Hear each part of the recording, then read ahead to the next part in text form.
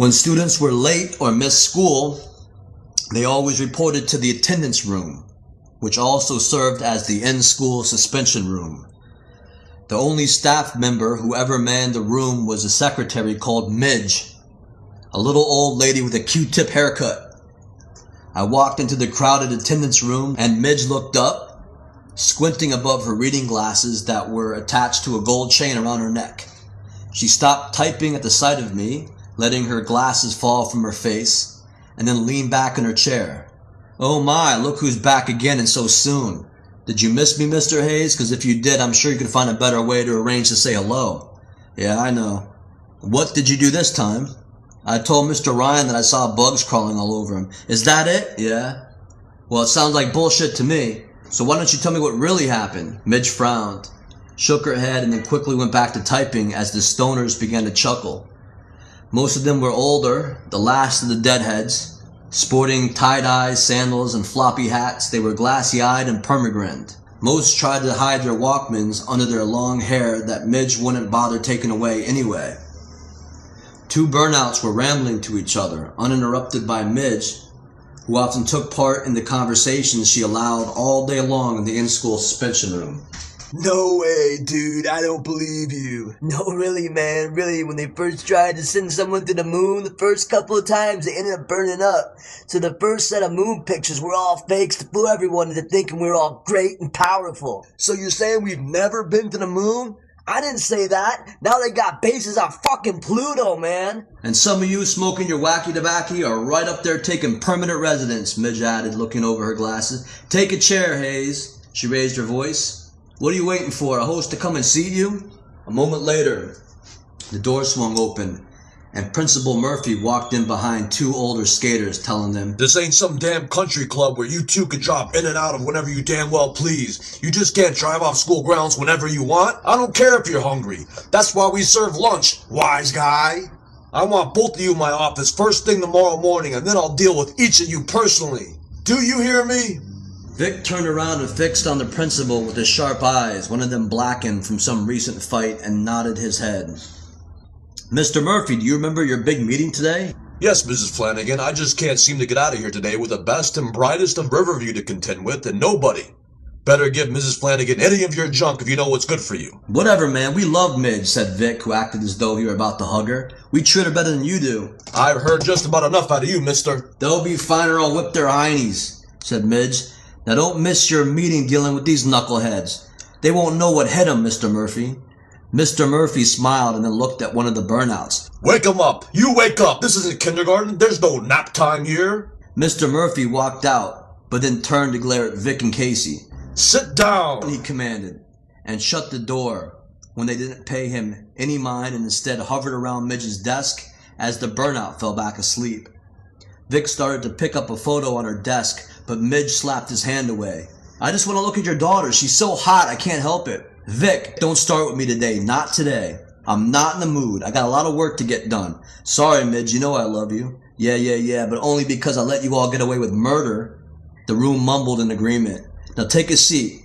You don't want to get me fired, do you?" "Hell no, Midge." Vic looked around for a place to sit, and since there was none nearby, he grabbed the sleeping kid up, yanking him out of a puddle of saliva, and shoveling him away. Midge stared at him with a shocked expression. "Vic, what do you think you're doing? That was very rude." "What? He was drooling all over the place and Murphy told us to wake him up." "Vic!" "So? He doesn't care. He can sleep anywhere." The kid shrugged and slumped into another desk where he dropped his head down again. "So what's up, Midge? How's you and yours been?" asked Casey. "Busy and overworked as usual." "You still working that other job?" Vic asked. "Sure am, boys. That's not good for you. You should be taking it easy." "What, and leave it all to my husband so he could go for his third heart attack?" Midge answered and then went back to her typing. Casey glared around the room, and the stoners instantly got busy doing something else.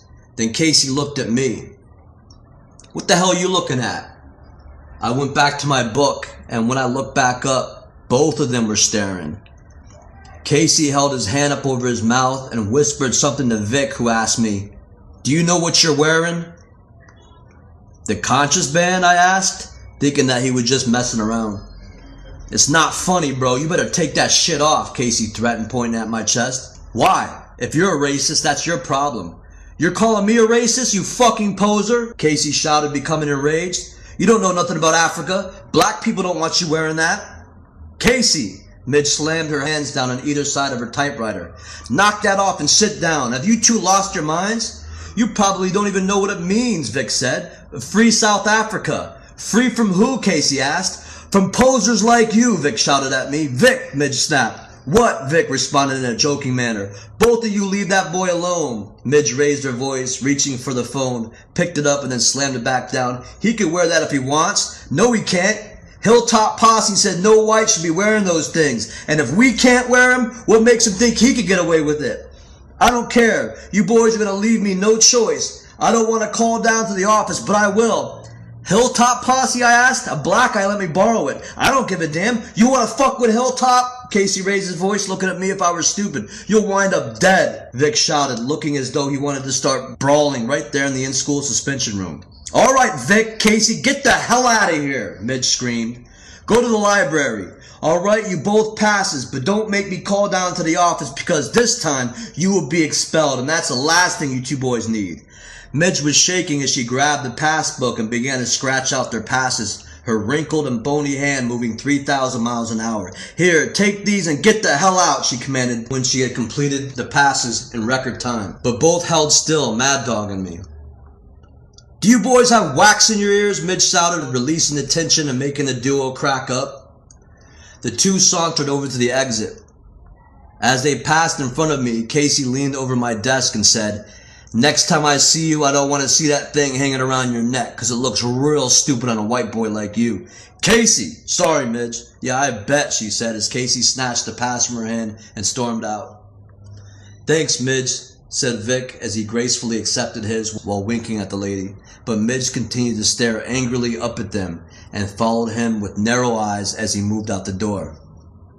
After they walked out, the burnouts began smiling again. Wow, man, you got some guts to stand up to those guys. It's nothing. You should try it sometime. What's your name, man? Kelly. So you know Vic and Casey? Not really. Wow, man, this is better than TV. Oh man, well, it was nice knowing you, dude. Why? Cause if I were you, I wouldn't want to get on their bad side, man. Oh, brother, moaned Midge, going back to her typing. You all are worse with your rumors than old ladies on bingo night. They're just a couple of normal boys like you all.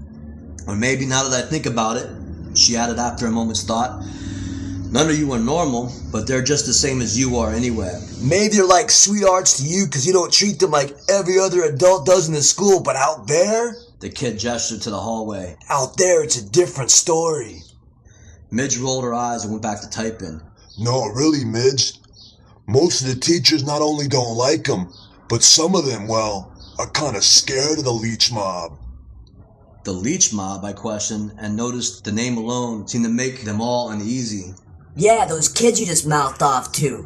Wait, you really don't have any idea who they are, do you? Whoa, wow, this is blowing my mind, dude. Said the little stoner who had been jerked out of his seat by Vic.